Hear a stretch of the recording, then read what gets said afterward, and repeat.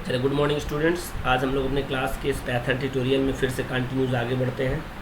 जैसे कि आप जानते हैं कि हम लोग पिछली वीडियोस में क्या पढ़ रहे थे, फंक्शन। और फंक्शन में हम लोगों ने क्या पढ़ रखा था, रिटर्न स्टेटमेंट तक हम लोग पहुंच चुके थे। अगर किस गुड मॉर्निंग बेटा, गुड मॉर्निंग। चलिए, good morning Divya ji, good morning. सभी लोग स्टूडेंट ज्वाइन हो जाइए, फटाफट आइए। आज की क्लास में हम लोग पैथन ट्यूटोरियल 12 स्टार्ट करने चल रहे हैं। और प्रीवियस क्लास में हमने 11th में क्या बताया था, 11th में आपको बताया था return statement multiple value return कर सकता है। अच्छा, इससे पहले जो किसी भी प्रोग्रामिंग लैंग्वेज में, पैथन के अलावा किसी भी प्रोग्रामिंग लैंग्वेज में ऐसा नहीं होता था कि पैथन के पहले कोई भी return statement 1 to more values return कर पाए। But this is the first time return statements provides a facility 1 more than values send at the same time. This is the very good features of the Python. ठीक है, topic में आते फिर से continue. और क्या चीज़ देखा था हम लोगों ने देखा कि पैथन में 4 प्रकार के आर्गूमेंट्स होते हैं, जो कि अब हम लोग उसके बारे में कंटिन्यू देखेंगे। चलिए आगे बढ़ते हैं और पहले हम स्टार्ट करते हैं। गुड मॉर्निंग बेटा, गुड मॉर्निंग। चलो सब फटाफट, अखिलेश जी, सभी लोग, जितेंद्र जी, सुनील जी, सभी लोग फटाफट स्टार्ट हो जाइए। चलिए, सबसे पहले हमारे सामने क्या आ गया है, रिटर्न स्टेटमेंट। आपने रिटर्न स्टेटमेंट को देखा, सिंगल लाइन का स्टेटमेंट होता है। इसमें आप क्या कर सकते हैं, आप इसमें आर्गूमेंट पास कर सकते हैं, एक्सप्रेशन भी पास कर सकते हैं, सिंगल वैल्यू भी पास कर सकते हैं, मल्टीपल वैल्यू भी पास कर सकते हैं। प्रीवियस क्लास में हम लोगों ने इस बारे में विथ एग्जाम्पल भी बना के मैंने इसीलिए आपको अपलोड कर दिया है। ठीक है, तो रिटर्न स्टेटमेंट तो हम लोग को नहीं पढ़ना है। रिटर्न स्टेटमेंट देख लीजिए। रिटर्न में आप क्या कर रहे हैं, कांस्टेंट पास कर रहे हैं, आप एक्सप्रेशन भी पास कर रहे हैं, ऑब्जेक्ट भी पास कर रहे हैं, और सिंगल भी कर रहे हैं, मल्टीपल भी कर रहे हैं। देख पा रहे हैं आप,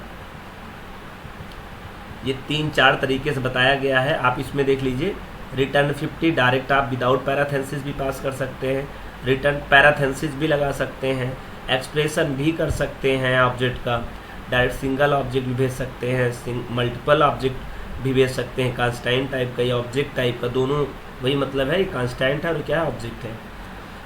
गुड मॉर्निंग बेटा, गुड मॉर्निंग। चलें अंशिका जी, क्लास कंटिन्यूड हो चुकी है बेटा। चलिए स्टार्ट करते हैं हम लोग। रिटर्न स्टेटमेंट स्टार्ट कर रहे हैं फिर से आप लोगों के लिए। डेफ ऐड वाई, ये क्या है, डेफ नाम का यहाँ पर एग्जाम्पल बताया गया है। एक्स और y, c equal to x plus y return c. याद रखिए, यहाँ रिटर्न सी कर रहे हैं। सबसे पहले हमारा कंट्रोल डेफ से नहीं जाता है, याद रखना। जहाँ भी ये है आपका, सबसे पहले कंट्रोल कहाँ पहुँचा होगा, सम पे। सम इक्वल टू ऐड, यहाँ भी नहीं आएगा। पहले क्या करेगा, ऐड फंक्शन कॉल होगा। ऐड के समय आर्गूमेंट क्या पास हो रहा है, 20। एक यहाँ वैल्यू पास हो रहा है। इस आर्गूमेंट को हम लोग कौन सा आर्गूमेंट्स कहते हैं, सेंडर आर्गूमेंट कहते हैं, एक्चुअल कहते हैं। यही 20 एक्चुअल है, जो किसी पे क्या होगी, कॉपी होगी। कहाँ होगा, यहाँ पे जाएगा, वाई पे कॉपी हो जाएगा। तो वाई पे क्या एग्जिस्ट करने लगेगा, 20। एक्स इक्वल टू क्या लिखा आपने, 10। और c equal to x plus y, मतलब 10 प्लस 20। 20 और 10 कितना हो जाएगा, 30। सी भी क्या है, एक ऑब्जेक्ट है जिसके ऊपर क्या आ गया, इंटीजर टाइप का और वैल्यू आ गया है। तो ये भी इंटीजर टाइप का एक ऑब्जेक्ट हो गया। ठीक है, रिटर्न सी आप वहाँ प्रिंट भी करा सकते हैं, लेकिन आपने ऐसे किया नहीं। आपने कहा नहीं, ऐड कर लीजिए, लेकिन छापिए नहीं, बल्कि चले जाइए जहाँ से हमको बुलाया गया था, जहाँ से कॉलिंग किया गया था, वहीं आपने सीधा उसको भेज दिया। तो रिटर्न आपका रिटर्न ना होता तब भी बाई डिफ़ॉल्ट हमारा कंट्रोल रिटर्न वहीं आता है जहाँ कॉल होता है।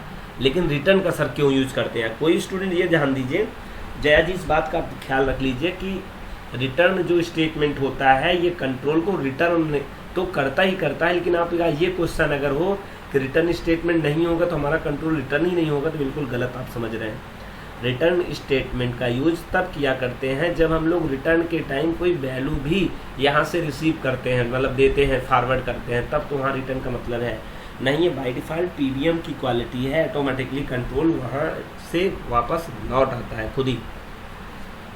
और जब भी आप आर्गूमेंट की कॉलिंग करेंगे तो आप सीधी बात, रिटर्न स्टेटमेंट जब भी उस यहाँ यूज़ करेंगे तो वहाँ से जब कुछ लेके आएगा तो ये फंक्शन का नेम है, आइडेंटिफायर है, कोई वेरिएबल का नेम तो है नहीं। वेरिएबल वैल्यू होल्ड कर सकता है ना, फंक्शन थोड़ा कर सकता है। तो अब ये जो वैल्यू आई होगी सम पे यहाँ पे स्टोर हो जाएगा, और प्रिंट करा लीजिए सम को। यही सेम टू सेम लाइन है। आप यहाँ समझिए थोड़ा सा, यहाँ क्या बताया गया, यहाँ बताया गया है रिटर्न एक्स प्लस वाई। बस आपको क्या किया गया है, आप जो यहाँ पे सी पे रखवाने के बाद एक वेरिएबल आप वैल्यू रिटर्न कर रहे हैं, जबकि रिटर्न स्टेटमेंट पूरा एक्सप्रेशन ही रिटर्न कर दे रहा है। एक्चुअली पहले यहाँ एक्सप्रेशन होगा, एक्सप्रेशन के बाद एक ही वैल्यू यहाँ भी रिटर्न होगी, ठीक है। तो यहाँ भी वही माना जाएगा, 30 आ जाएगा, ठीक है, और 30 यहाँ भी प्रिंट करेगा। यहाँ देखिए आप एक साथ क्या कर रहे हैं, एडिशन भी कर रहे हैं और सब्ट्रैक्शन भी कर रहे हैं। रिटर्न में एक नहीं बल्कि 2 ऑब्जेक्ट आप पास कर रहे हैं, 2 ही क्या आप मल्टीपल ऑब्जेक्ट पास कर सकते हैं। This is the return statement allow to hair.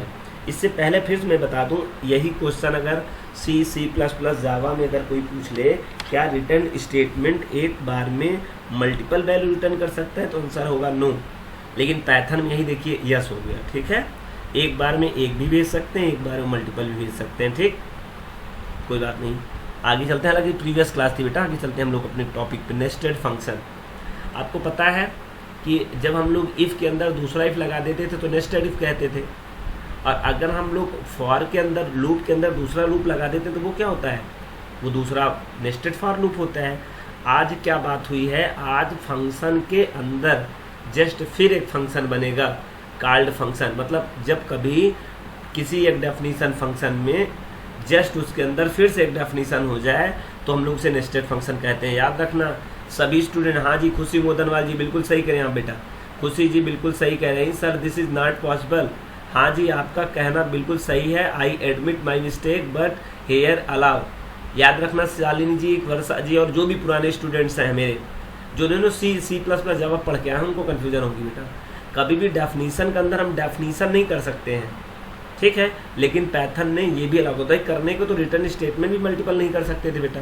देखो यहाँ अलाउ है, ठीक उसी तरह से यहाँ भी एक फैसिलिटी और प्रोवाइड की गई कि आप फंक्शन के अंदर फंक्शन क्या कर सकते हैं, डिफाइन कर सकते हैं, जबकि ऐसा नहीं था। ऐतिहासिक में ऐसा कुछ नियम नहीं था अपने प्रोग्रामिंग लैंग्वेज में कि फंक्शन डेफिनीशन के अंदर फिर फंक्शन डेफिनीशन हो जाए। हाँ, फंक्शन डेफिनीशन के अंदर फंक्शन कॉलिंग होती थी, जिसे नेस्टेड कॉलिंग कह सकते हैं आप। या किसी फंक्शन को कॉल करने गए और आप वहाँ गए तो वहाँ भी एक फंक्शन कॉल करने को मिल गया, उसे नेस्टेड कॉलिंग कहते थे, लेकिन नेस्टेड फंक्शन नहीं होता था। पहली बार ऐसा हुआ है जो हम लोग नेस्टेड फंक्शन देखने चल रहे हैं। चलिए देखिए, when we define one function inside another function, जब किसी एक फंक्शन डेफिनीशन में फिर से एक डेफिनीशन फंक्शन आ जाए, कैसे जानेंगे एक फंक्शन के अंदर दूसरा फंक्शन डेफिनीशन आ गया। जया जी बताइए। जी बिल्कुल सही सर, डेफ कीवर्ड मुझे फिर दिखाई देगा, फिर एक फंक्शन का दूसरा नाम दिखाई देगा, और सबसे बड़ी बात फिर आपको आर्गूमेंट के बाद कोलन साइन लगा होगा, और कोलन साइन लगा होगा तो इसका मतलब इस फंक्शन डेफिनीशन का हेडर स्टेटमेंट है, ठीक। आगे क्या बता रहा है, it known as nested function or function nesting. आप इसे फंक्शन नेस्टिंग या नेस्टेड फंक्शन के नाम से जानते हैं। मैं जानना चाहता हूँ खुशी जी, शालिनी जी, वर्षा जी, जितेंद्र जी, रामरूप जी, सुनील जी, अनुराग जी और सिद्धार्थ जी, अगर आपको कोई कन्फ्यूज़न हो तो यहीं ऑनलाइन कमेंट्स कर दीजिए, मेरे मैसेज व्हाट्सअप करिए। मैं कंफ्यूज, बिल्कुल वेरी गुड, बिल्कुल सही। ये देखिए अदर सेजर और सौम्या क्या, this is the very easy sir, हम लोगों ने इससे पहले नेस्टेड कई कंसेप्ट पढ़ चुके हैं, इसमें है क्या जो परेशानी वाली बात है। थैंक यू सो मच, कोई बात नहीं, मेरा काम था आपसे पूछना, आपको बताना, ठीक है, बिल्कुल सही कह रहे हैं आप, है कुछ नहीं बेटा इसमें, ठीक है। आगे बढ़ते हैं, एग्जाम्पल देख लीजिए, समझ में आ जाएगा। डेफ करके डिस्प आप दिखाई दे रहा है, ये फंक्शन डेफिनीशन है, फंक्शन डेफिनीशन का आउटर स्टेटमेंट है, तो यहाँ कहा गया है आउटर कॉल्ड फंक्शन, ठीक, स्टेटमेंट। हेडर लाइन है उसका, हेडर मतलब हेडर क्या मतलब होता है, आपको पता है डेफिनीशन में हेडर पार्ट और बॉडी पार्ट दो होता है, अभी हेडर पार्ट आया हुआ है। जैसे आप नीचे गए फिर से एक फंक्शन डेफिनीशन हो गई। अब जरा इस लाइन को पढ़िए, आपको क्लियरली समझ में आएगा। When we define one function inside another function, एक फंक्शन के अंदर फिर से डिफाइन कर दो नया फंक्शन, तो भैया ये आउटर कॉल्ड फंक्शन और ये inner called function, outer definition function, inner definition function कह सकते हो आप। नीचे लाइन में आइए, print I am body of so function, actually में ये क्या है, आई am body of so function. देखिए इसके ऊपर का नाम डिस्प फंक्शन है, ये क्या है, सो फंक्शन है। तो ये जो कंटेंट होगा बॉडी किसके अंदर का होगा, ये होगा एक्चुअल में किसके अंदर का, सो के अंदर का होगा। कहाँ का होगा, सो के अंदर का होगा, ठीक। बॉडी जब आप सो को कॉल करोगे तो ये वाला बॉडी एग्जीक्यूट होगा, ठीक। आई am body of so function, बिल्कुल सही। Print I am body of this function, आपको पता है इसके अंदर, ये इसके अंदर शिफ्ट होके चाहे एक लाइन हो चाहे 1000 लाइन हो, वो सब सो फंक्शन के ही बॉडी कहलाते। लेकिन अब सो एक ही लाइन का स्टेटमेंट था, तो जब आप डेफ की बराबरी आगे कोई चीज़ लिखते हैं तो डेफ का अंदर तो हुआ नहीं, वो किसके अंदर का हो गया, ये तो इसके अंदर का हो गया। मतलब ये आउटर स्टेटमेंट का क्या है, ये आउटर स्टेटमेंट का बॉडी ऑफ स्टेटमेंट है, लिखा भी गया है आई am body of disp function, ये डिस्प फंक्शन का बॉडी है। आगे सो फंक्शन क्या किया जा रहा है, कॉल किया जा रहा है। आप अगर इसके सामने आके कॉल करेंगे तो आप बाहर आ गए हैं सो से। कॉलिंग सो फंक्शन इनसाइड डिस्प इनर फंक्शन, ये क्या कह रहा है, सो फंक्शन कर रहा है, कॉलिंग सो फंक्शन इनसाइड डिस्प इनर फंक्शन। अच्छा, आप सो फंक्शन को कॉल करने चल रहे हो जो कि इनसाइड ऑफ डिस्प फंक्शन के अंदर है, बिल्कुल सही। जरा देखते जाइए जी, अखिलेश जी बिल्कुल समझ में आ रहा है बेटा, ठीक है। हाँ, मैसेज देते रहिए, कमेंट्स करते रहिए, कोई कन्फ्यूजन हो तो रिंग कॉल भी कर दीजिए। हमें पता होना चाहिए कि हम लोगों ने जो स्टडी कर रखा है उसमें कोई डाउट तो नहीं चल रहा है स्टूडेंट को। देखिए सो फंक्शन जैसे पहले तो कंट्रोल यहाँ तो आएगा नहीं, जब यहाँ नहीं आएगा तो यहाँ भी उसको नहीं मिलेगा, यहाँ भी नहीं मिलेगा, यहाँ भी नहीं मिलेगा, ठीक है। तो सर यहाँ भी कहाँ मिलेगा, बिल्कुल सही जवाब बेटा, हमारा कंट्रोल यहाँ भी नहीं आएगा, बिल्कुल एक्सीलेंट। हंसिका जी ने बहुत अच्छी यहाँ पर एक बात बताई कि सर यहाँ भी तो नहीं आएगा कंट्रोल। एक्चुअली में सबसे पहले कंट्रोल कहाँ पहुँचेगा बेटा, ये देख लीजिए डिस्प में पहुँचेगा। कहाँ पे, डिस्प पे। ऐसा क्यों, क्योंकि डेफ के अंदर देखो जैसे उसको कंट्रोल डेफ मिला होगा उसके अंदर जाएगा नहीं तो उसका एरिया कहाँ तक है भैया, यहाँ तक है ना, इसके ऊपर तक है, तो डायरेक्ट हमारा डिस्प पे आया। कॉलिंग डिस्प फंक्शन फर्स्टली, इसमें क्या हुआ, सबसे पहले डिस्प फंक्शन कॉल होगा, और जब डिस्प फंक्शन कॉल हुआ तो कंट्रोल कहाँ पहुँचा, डिस्प में पहुँचा, और जैसे डिस्प नीचे आया सो फंक्शन तुरंत वहाँ डिफाइन होने लगा, और जैसे नीचे आया आई am body of so function, ये आपका एग्जीक्यूट हो जाएगा। फिर यहाँ पर इसके बाद क्या होगा, आपका कंट्रोल जहाँ से आया था वहाँ फिर जाएगा, हमारा कंट्रोल इसके बाद कहाँ पहुँचेगा, इसके बाद फिर वहाँ जाएगा, और वहाँ के बाद फिर यहाँ पहुँचेगा। डिस्क के अंदर का भी काम बाकी है ना, फिर I am body of disk function, फिर आपका कहाँ आएगा मैसेज कंट्रोल, जहाँ से आप कॉलिंग हुआ था, कॉलिंग कहाँ आया था, डिस्क में आ गया था, ठीक जी, बिल्कुल सॉरी, बिल्कुल सही कह रहे हैं आप Shivani ji, thank you so much. Shivani ji देखिए बिल्कुल सही जवाब दिए यहाँ पे। एक बात ध्यान रखिए बेटा, फिर से एक बार समझ लीजिए, अनुराग जी बेटा एक बार फिर समझना होगा, जब हमारा सबसे पहले डिस्प को कॉल होगा तो हम कहाँ पहुँचेंगे, डिस्प में आएंगे। और सबको पता है जैसे ही डिस्प कोई मिलेगा तो डेफ तो डायरेक्ट कोई भी फंक्शन डायरेक्टली एग्जीक्यूट बिना कॉलिंग होता नहीं है। सर ये क्यों हुआ, चूँकि कॉलिंग किया गया, डिस्प पे तो कॉल कर लिया गया था इसलिए एग्जीक्यूट होगा, लेकिन इसके अंदर नहीं जाएगा। तो जब इसके अंदर नहीं जाएगा तो इसको भी नहीं मिलेगा, डायरेक्ट इसके बाद कंट्रोल कहाँ पहुँचेगा, आई am body of disp function, ये पहले लाइन प्रिंट होगा, ध्यान रखना। आउटपुट जब इसका आएगा तो पहला आउटपुट आएगा, हम मैं कहता हूँ आप अपने मोबाइल आइडियली पे बेटा इसको एग्जीक्यूट करा लीजिए, ठीक है। तो सबसे पहले आपको ये आउटपुट आएगा, I am body of disp function. क्यों, क्योंकि अभी आपने कॉलिंग जो किया था यहाँ आया था, डायरेक्ट डेफ में तो जाएगा नहीं कि यहाँ चला जाएगा, यहाँ के बाद कहाँ पहुँचेगा, इसके बॉडी में आएगा और यहाँ इसमें एग्जीक्यूट कर देगा। हाँ, इसके बाद इसके अंदर का ये भी कंटेंट अब सो पे पहुँचा होगा, अब यहाँ कॉलिंग हो गया। अब यहाँ बताया जा रहा है कॉलिंग सो फंक्शन, कॉलिंग हो रहा है सो फंक्शन इनसाइड डिस्प इनर फंक्शन, कहाँ पे, डिस्प के इनर फंक्शन में ये फिर से कॉल हो रहा है। तो यहाँ के बाद कंट्रोल अब यहाँ आएगा सो पे, और सो के अंदर आएगा I am body of so function. अब आपको रन होगा, फिर यहाँ के बाद आपका कंट्रोल कहाँ से कॉल हुआ था, यहाँ तो यहाँ आ गया, यहाँ के बाद कुछ है ही नहीं है, तो कंट्रोल यहाँ के बाद निकलेगा कहाँ आएगा, सीधा डिस्प्ले आएगा। कोई डाउट बेटा, इसको बहुत अच्छे से देख लीजिए, इंपॉर्टेंट नहीं है जया जी, दिस इज नॉट इम्पॉर्टेंट, सालू जी कोई इंपॉर्टेंट बेटा नहीं, लेकिन फिर भी मैं कहता हूँ बुरा क्या है, नेस्टिंग आपको संभालने में प्रॉब्लम क्या है बताइए। शिवानी जी कोई कन्फ्यूजन, देवेश जी कोई कन्फ्यूजन, कोई कन्फ्यूजन नहीं बेटा। अगर आपको मैं फिर से बता दूं, one time again repeat there, ठीक है। सबसे पहले हमारा कंट्रोल पहुंचा होगा कहाँ पे, डिस्प पे, यहाँ से कॉलिंग हुआ फंक्शन, डायरेक्ट पहुंचा कहाँ होगा, ये देखिए डिस्प पे, इसके अंदर प्रवेश किया, जैसे डेफ मिलेगा हमारा कंट्रोल कभी भी डेफ को डायरेक्टली एग्जीक्यूट नहीं करता। जब आपका एग्जीक्यूट नहीं करेगा तो आप कहाँ जाएंगे, आप इनके अंदर आए भाई, इनके अगर ये आपका इसके अंदर नहीं जाएगा तो ये लाइन भी एग्जीक्यूट नहीं होगी, जितनी भी ये इंडेंटेशन के अंदर होगी, एक लाइन है, एक लाख लाइन, किसी को भी एग्जीक्यूशन इसको नहीं करना है, ठीक है। यहाँ के बाद कंट्रोल कहाँ पहुँचेगा, प्रिंट पे आएगा। अब यहाँ प्रिंट किसका है भाई, देखो प्रिंट इनके अंदर का नहीं है, ये डेफ क्या का है, देखिए यहाँ पहुँचा है, ठीक है। अब यहाँ प्रिंट में आई am body of this function, सबसे पहले देखिए आपको यही आउटपुट मिलेगा लाइन, फिर इसके बाद आपका कंट्रोल नीचे आएगा तो शो फंक्शन कॉल हो जाएगा। हाँ, अब कॉलिंग हो गया तब यहाँ जाएगा, शो फंक्शन आएगा, I am body of show function, ये लाइन दूसरी एग्जीक्यूट होगी। ठीक, उसके बाद आपका कंट्रोल कहाँ जाएगा, जहाँ से कॉल आया था, कॉल कहाँ से हुआ था, ये आया था शो के बाद, शो से कहाँ आएगा, हमारा नीचे कंट्रोल पहुँचेगा।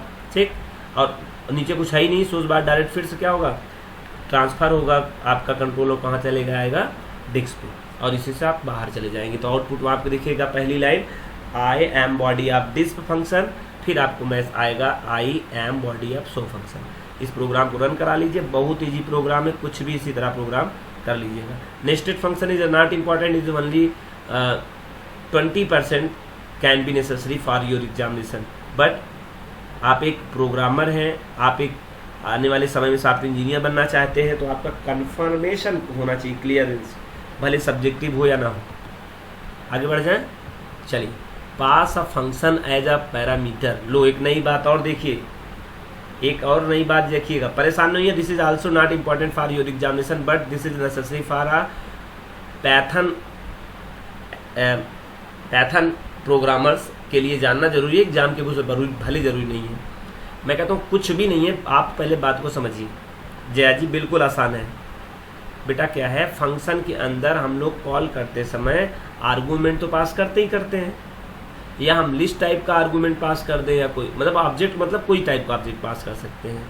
कभी क्वेश्चन आ जाए, क्या मैं कॉलिंग करते हुए क्या किसी फंक्शन को भी कॉल कर सकता हूँ उसके अंदर आर्गूमेंट पास करके, मतलब कॉलिंग फंक्शन के अंदर फंक्शन कॉल करना, वी कंसीडर फंक्शन के अंदर फंक्शन कॉल करना। बेटा आप तो बहुत बार देखेंगे फंक्शन अंदर फंक्शन कॉल करना, तो याद करा दूं मैं।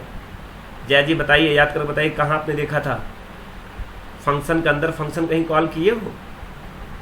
अर्चिता सिंह, दिव्या पाठक, चलिए खुशी जी बताइए, आप बताइए, खुशी मोदनवाल, शालिनी ग्रहरी जी, करीना जी, इसका जी आप बताइए क्या हुआ, सभी स्टूडेंट शांत क्यों हैं आज? Excellent, very good Janvi, congratulation, thank you so much बेटा। जानवी ने सही जवाब दिया, आप लोग नहीं बता पाए। बेटा जब हम लोग प्रिंट में टाइप या आईडी करते हैं तो टाइप एक फंक्शन है, आईडी एक फंक्शन है। फंक्शन के अंदर फंक्शन नहीं यूज़ करते हैं आप? बिल्कुल करते हैं। लेन एक फंक्शन है, मैक्स एक फंक्शन है। प्रिंट के अंदर अगर आप यूज़ करते हैं तो मतलब एक फंक्शन के अंदर फंक्शन तो कॉल होता है। एग्जैक्टली बिल्कुल इसी तरह, बिल्कुल। Thank you so much Janvi ji. Siddharth ji सीखे इनसे आप कुछ, इनके साथ पढ़ा करें बैठ के। We can pass a function a parameter to another function, हम लोग पास कर सकते हैं। एक नंबर का क्वेश्चन है, मात्र ध्यान रखिए, अगर ट्रू फॉल्स में कभी आ जाए, क्या हम लोग पास कर सकते हैं function as parameter to another function? क्या मैं फंक्शन के कॉलिंग के दौरान फंक्शन को भी पास कर सकता हूं? तो आंसर होना चाहिए यस, बस। एग्जाम्पल देखिए, डेफ, डिस्प, सो। आप देख लीजिए रिसीवर क्या है, ये रिसीवर क्या है? रिसीवर एक प्रकार का ऑब्जेक्ट है। ऑब्जेक्ट किस टाइप का है? फंक्शन। यहाँ दिस इज नॉट ऑब्जेक्ट, यहाँ पे पैरामीटर क्या है? खुद अपने आप में क्या है? फंक्शन है। ठीक, और फंक्शन के अंदर आपको सिंबल लगाने की जरूरत नहीं है। Actual argument as function type in disk. Print disp function plus show. आप देख लीजिए यहाँ क्या कर रहे हैं आप, यहाँ डिस्प फंक्शन और आप क्या कर रहे हैं? शो को कॉल कर रहे हैं। ठीक, चलिए, हालांकि उसको बाद में प्रोग्राम देख लीजिएगा। आगे देखिए क्या हो रहा है। Def show function, show function definition, return. अब हम आपको समझा दूं सबसे पहले क्या हुआ यहाँ पे। आपको केवल एक लाइन का स्टेटमेंट याद करना है कि क्या ये वाली पहली वाली, we can pass a function as a parameter to another function. ये मुझे पता है आपके एग्जाम के प्रिपरेशन के लिए नहीं ज़रूरी है बेटा, लेकिन अब आप पढ़ रहे हो तो पूरा पढ़ना जरूरी होता है। भले आप सुनकर रख दो, आज के लिए मात्र तो ये लाइन काम का है, ये पहली लाइन। कभी कोई पूछे, क्वेश्चन आ जाए तो यस कर सकते हैं। अब इसका एग्जाम्पल ये सब करने की जरूरत है, लेकिन फिर भी मैं चाहता हूँ सभी स्टूडेंट के लिए बताएं। ठीक, सबसे पहले तो डेफ है, डेफ को टच नहीं करेगा, यहाँ भी नहीं डेफ करेगा। सबसे पहले यहाँ पहुँचेगा कंट्रोल। क्यों? क्योंकि यहाँ डेफ कीवर्ड नहीं लगा हुआ है। जहाँ डेफ नहीं कीवर्ड लगा होता है, सर प्रिंट को क्यों नहीं एग्जीक्यूट किया? क्योंकि डेफ के अंदर है, तो जब इसमें नहीं जाएगा तो इसमें कहाँ पहुँच पाएगा? जब इसमें नहीं जाएगा तो इसमें कहाँ पहुँच पाएगा? सीधी बार डेफ पे आया होगा। डिस्प, सॉरी डेफ नहीं, बार बार डिस्प। डिस्प्ले यहाँ पे एक्चुअली में एक मेथड बनाया गया है। डिस्प्ले को जब आप कॉल करते हैं, calling disp function with show argument, इसके अंदर क्या कर रहे हैं आप? शो नाम का फंक्शन ही आप इसको कॉल कर रहे हैं। तो शो नाम का फंक्शन यहाँ से क्या होगा? आपका यहाँ पे कॉपी हो जाएगा। उसका एड्रेस एक्चुअली में फंक्शन का भी अपना, भाई कोई भी आइडेंटिफायर होता है, मेमोरी लोकेशन होता है, कंप्लीट फंक्शन का भी अपना क्या होता है, एड्रेस होता है, और यहाँ पे शो पे आ जाएगा। ठीक, यहाँ शो क्या हो जाएगा, कॉपी हो जाएगा उसका एड्रेस। फिर प्रिंट डिस्प्ले फंक्शन, डिस्प फंक्शन, और यहाँ प्लस, यहाँ पे क्या हो जाएगा, शो। एक्चुअली में यहाँ पर एक मिस्टेक थोड़ी सी है बेटा, यहाँ पे कॉमा लगाना चाहिए, जहाँ प्लस लगा वहाँ क्या लगाइए, कॉमा लगाइए। ठीक है, तो यहाँ पे शो फंक्शन कॉल हो गया। देखो शो फंक्शन है कहाँ, यहाँ से कॉलिंग होगा, कहाँ पहुँचाएगा, यहाँ पे आ जाएगा, और इसके अंदर शो फंक्शन क्या कर देगा, रिटर्न कर देगा। ठीक, रिटर्न शो फंक्शन।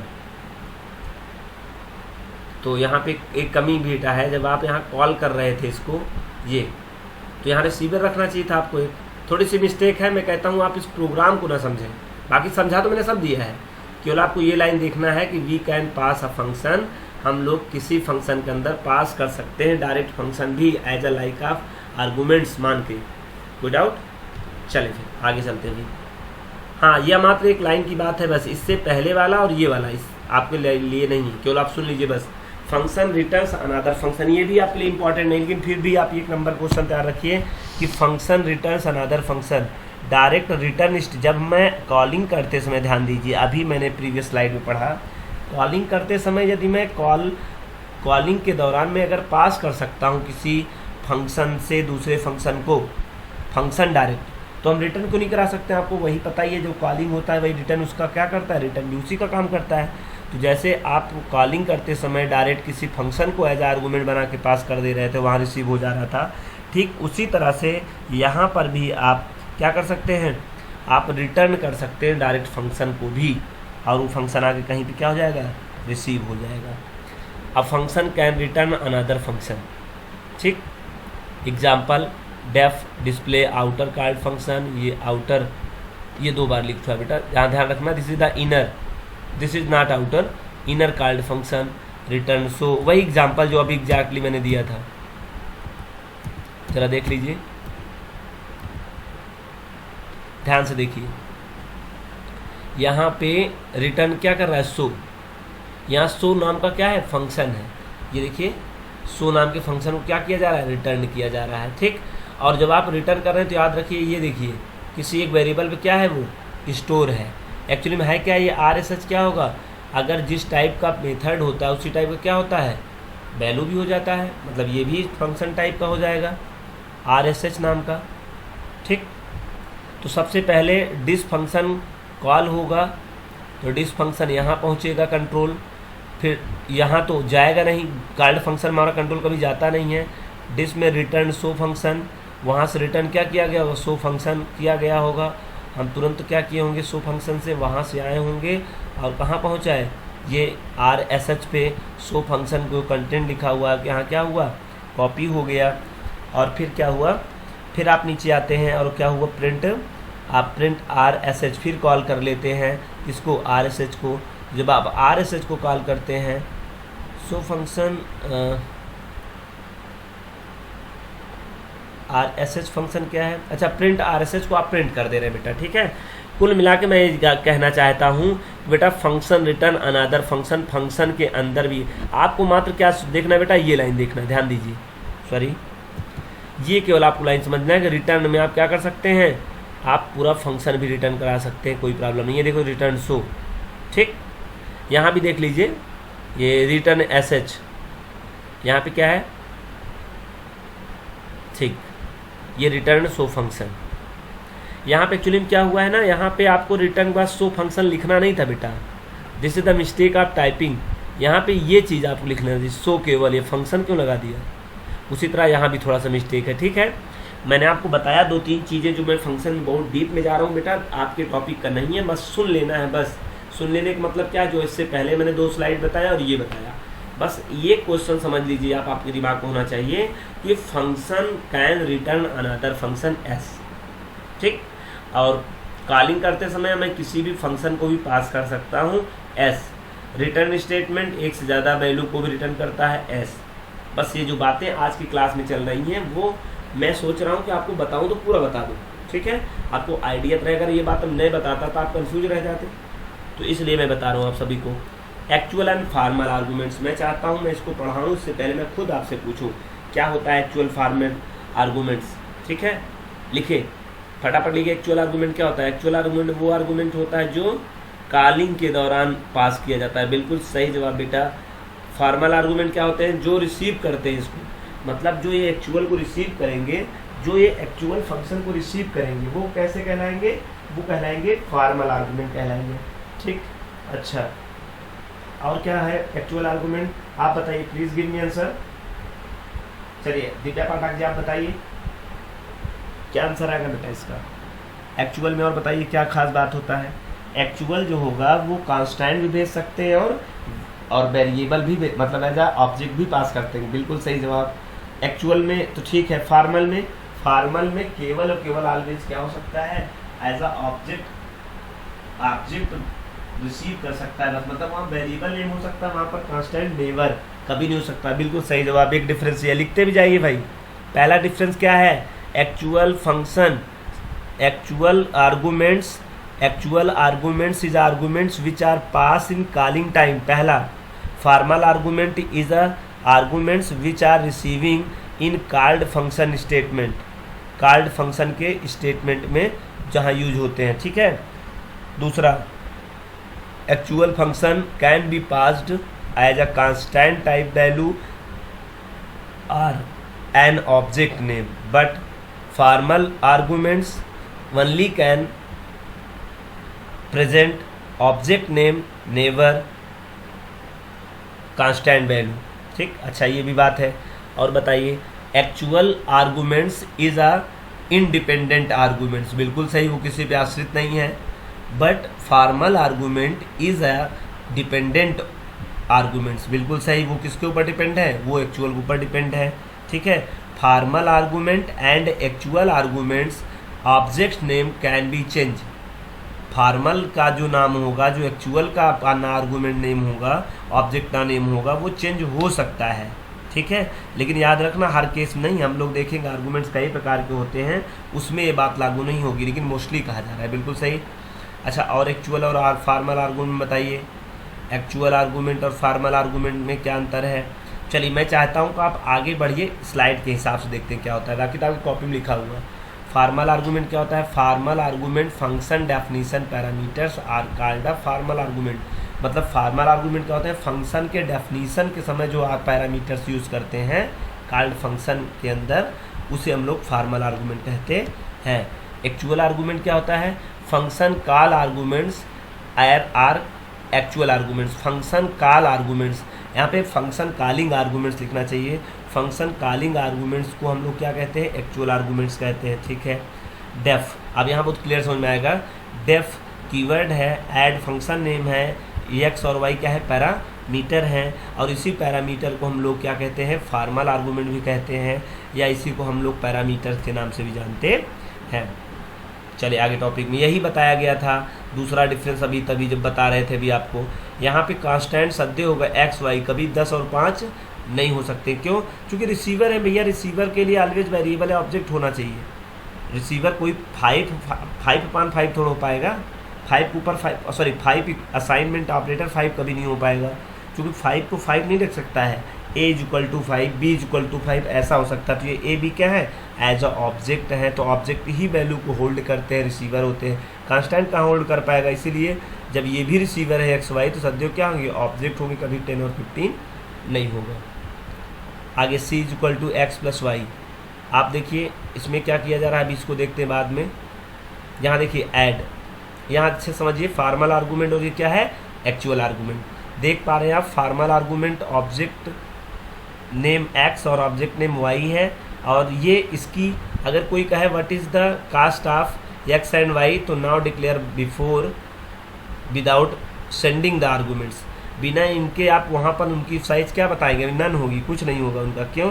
क्योंकि उनका तो कोई टाइप ही नहीं है। कॉलिंग के दौरान जब भी आप वैल्यू पास करते हैं, जैसी वैल्यू वहाँ जाके जैसी वैल्यू वहाँ जाके क्या हो जाएगी? रिसीव हो जाएगी। जैसी आपकी ये वैल्यू जाके 10 कहाँ हो जाएगी?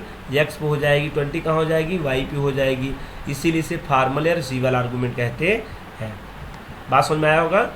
चलो, टाइप्स ऑफ एक्चुअल आर्गूमेंट। अभी मैंने जो बात किया था एक्चुअल आर्गूमेंट कितने टाइप होते हैं। This is the very most important for every student because this concept is remaining in your offline class. यही आपका टॉपिक लास्ट था जब कोरोना पीरियड आ गया था और क्लास यहीं से ड्रॉप हो चुकी थी, कुछ बच्चे एब्सेंट रहे थे, इसमें उनको दोबारा चांस नहीं मिल पाया दोबारा पढ़ने का। तो मैं चाहता हूँ ये जो वीडियोज़ है बहुत ही सुपर लेवल की है और आसानी से समझिए, बात आपको पूरी समझ में आएगी। ध्यान से बात सुनिए।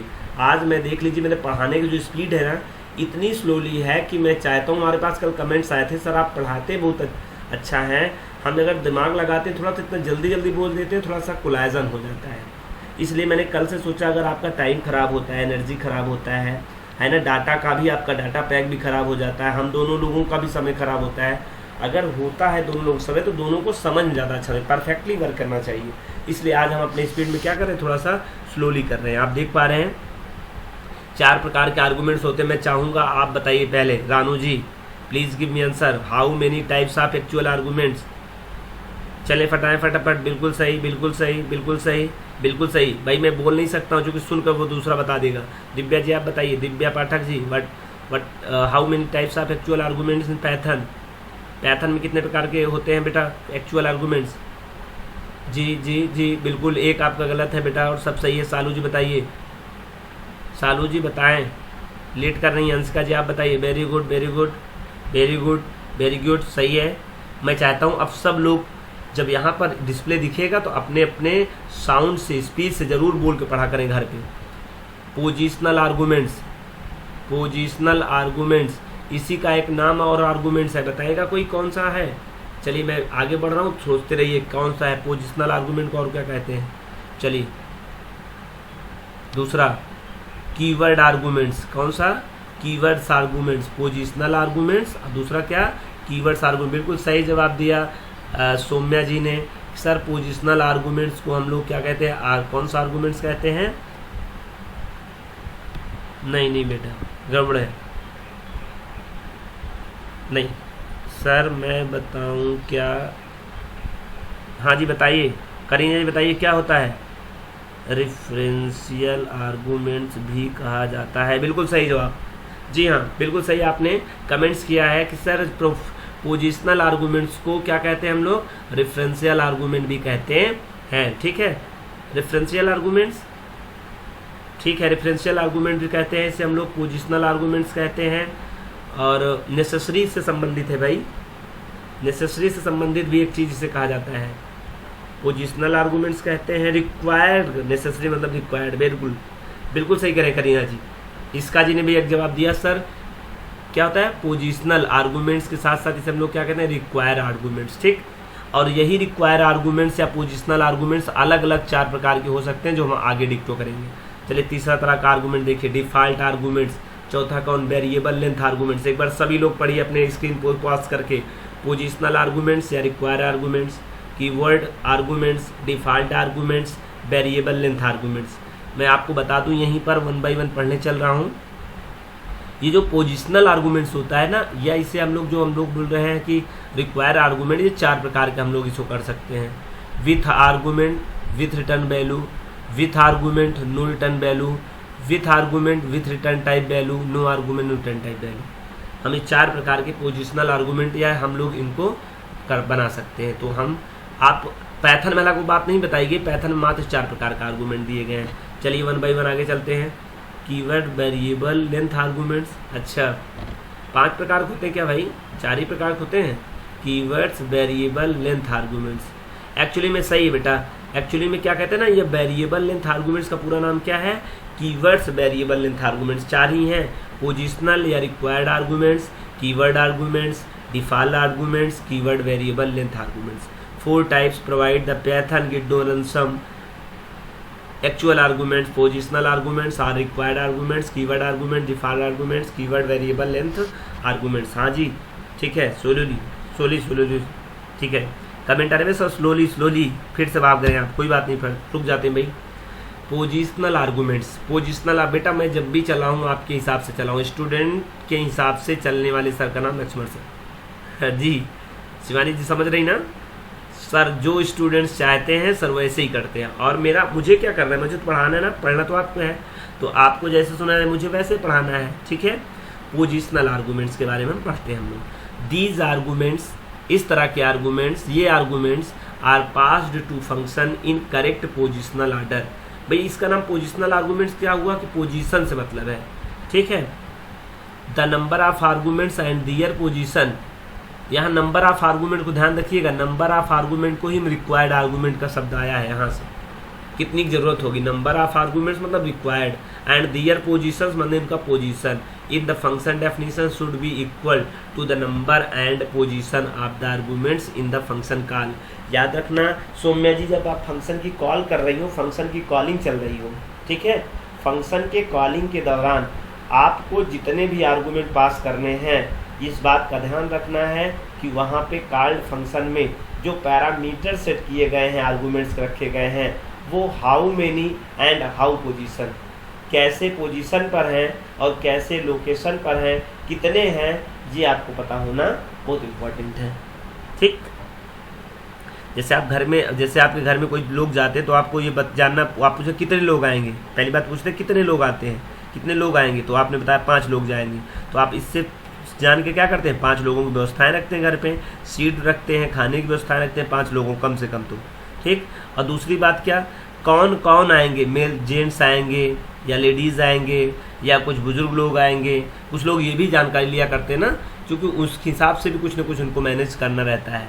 तो याद रखना यहाँ पर इसका डेफिनीशन का जब आप कॉलिंग करते समय जितने भी आर्गूमेंट पास करेंगे, याद रखिए उतने ही आपके आर्गूमेंट्स, और वो क्रम का भी ध्यान रखना है, किनको किनको कह रहे हो आप, पहले 2 इंटीजर रहेंगे तो आप 2 इंटीजर रिसीवर पहले वहाँ लगाइए। हालांकि यहाँ से कोई मतलब नहीं होता है पैथन की दुनिया में, पैथन दुनिया में इसलिए मतलब नहीं होता है जया जी, क्योंकि बेटा यहाँ पर किसी भी ऑब्जेक्ट का कोई जात पहले से तय होता नहीं, जैसी वैल्यू वैसी जात, तो आप चाहे जैसे आगे पीछे कर दो उसी जात के हो जाते हैं। चलिए उस बात को यहाँ समझिए, डेफ PW पावर निकालने के लिए, Z equal to x double exponential symbol y print Z power F, ये देखिए 3 प्रोग्राम मेरे सामने हुआ है, ध्यान से सुनिएगा, बहुत अच्छे समझ में आएगा आप वीडियोस में। ये आप देख पा रहे हैं कॉलिंग कहाँ किया गया रहा है, कॉलिंग PW का सबसे पहला वीडियो देखिए, सबसे पहला वाला एग्जाम्पल देखिए, एग्जाम्पल नंबर 1, ये क्या है, आर्गूमेंट है, ये क्या है, आर्गूमेंट है, किस तरह का आर्गूमेंट है सर, ये इंटीजर क्लास का कांस्टेंट वैल्यू है, दूसरा भी इंटीजर क्लास का कांस्टेंट वैल्यू है सर। कॉलिंग के दौरान आपने एक नहीं बल्कि 2 आर्गूमेंट पास कर रहे हैं, तो याद रखना होगा 2 इसलिए पास कर रहे हैं क्योंकि रिसीवर भी प्रोग्रामर ने कितने बैठाए होंगे, 2, तो आप देख पा रहे हैं एक्स और वाई 2 क्या है, आर्गूमेंट्स हैं पहले से ही। अब भाई मैं ये कह रहा था इनका कोई जाति तो होता नहीं है, आप जो भी पहली वैल्यू जो भी रहेगी वो जाके पहले वाले ऑब्जेक्ट पे स्टोर हो जाएगी, और जो दूसरा वाला होता है वो दूसरे पे कॉपी हो जाएगी, मतलब 5 जाके x पे क्या हो जाएगा, कॉपी हो जाएगा, और 2 कहाँ पे चला जाएगा, y पे चला जाएगा, कोई कन्फ्यूजन। और नीचे आके x y मतलब 5 का पावर 2, तो 5 5 में कितना हो जाएगा 25, z पे क्या हो जाएगा 25, प्रिंट करेंगे z। एक बात देख पा रहे हैं आप, इसमें केवल इसमें बताया गया 2 आपने ऑब्जेक्ट बनाया है, भेजा है कांस्टेंट, 2 यहाँ रिसीवर होना चाहिए। दूसरी बात देखिए 2 और 5, अगर आप यहाँ 2 और यहाँ 2 5 कर रहे हैं तो भी यहाँ देखिए एक्स वाई से कोई लेना देना नहीं है, यही मैं बता रहा था भाई। यहाँ पे जब कोई कास्ट पहले से डिक्लेयर ही नहीं होती, जब वैल्यू जाती तब होती, तो आप जैसा भी डालोगे वैसे उसकी कास्ट हो जाएगी। तो 2 चला जाएगा x पे और y चला जाएगा, 5 चला जाएगा y पर, कॉपी हो जाएगा, और x और y मतलब 5 का एक्सपोनेंशियल सिंबल यहाँ पे 2, तो 5 5 में कितना हो जाएगा 5 5 जा 5 5 जा आपका वो 5 टाइम हो जाएगा, 5 5 जा 2 5 जा क्या हो जाएगा 2 multiply by 2 multiply by 2 multiply by 2 multiply by 2 multiply by 2, ऐसा 2 दूना 4 दूना 8 दूना 16 दूना 32, नहीं बेटा स्क्वायर हो जाएगा, इसका भी 25 हो जाएगा, उसका भी 25 हो जाएगा। देख लीजिएगा मैथमेटिकल प्रोसेस है। शिवानी जी से मिलिए आप लोग, शिवानी कोमल जी ये बताएंगे आपको। तो तीसरा देखिए, आप यही गलती किए हैं, दिस इज द एरर। 5 2 3 आप पास कितना कर रहे हैं कॉलिंग के दौरान, कितने आर्गूमेंट्स 3 आर्गूमेंट्स, पैरामीटर कितने लगा बैठे हैं 2, this is the error generate. ये क्या करेगा, एरर जनरेट कराएगा। अगर ऐसा आप काम करते हैं तो यही ये पोजिशनल आर्गूमेंट सपोर्ट नहीं करता है। पोजिशनल आर्गूमेंट्स याद रखना तब सपोर्ट करता है जब पोजीशन का और नंबर ऑफ ऑब्जेक्ट पर बराबर ध्यान दिया जाए तब। आगे आते हैं कीवर्ड्स आर्गूमेंट। किसी स्टूडेंट कोई कंफ्यूजन पोजिशनल में, कोई कंफ्यूजन नहीं होगा बेटा बहुत ईजी है। और मैं फिर बता दूं, इसी पोजिशनल आर्गूमेंट्स को आप 4 तरह से बना सकते हैं। भाई यहाँ पे आप ना पास करिए कोई चीज़, यहाँ फिर आप रिसीवर न लगाइए, रिसीवर भी नहीं लगाइएगा। जब आप रिसीवर नहीं लगाएंगे तो वहाँ पे कोई का प्रॉब्लम नहीं होगा। आइए कीवर्ड्स आर्गूमेंट्स। कीवर्ड्स आर्गूमेंट्स हैं और मैं चाहता हूँ कीवर्ड्स आर्गूमेंट्स आपको मैं फिर से वीडियो बनाऊँ, चूँकि वीडियो बड़ा हो जा रहा है। ठीक है बेटा, अपलोड होने में प्रॉब्लम होती है। हाँ, मैं ध्यान रखूँगा पोजिशनल आर्गूमेंट्स को भी मैं फिर से क्या कर दूँगा,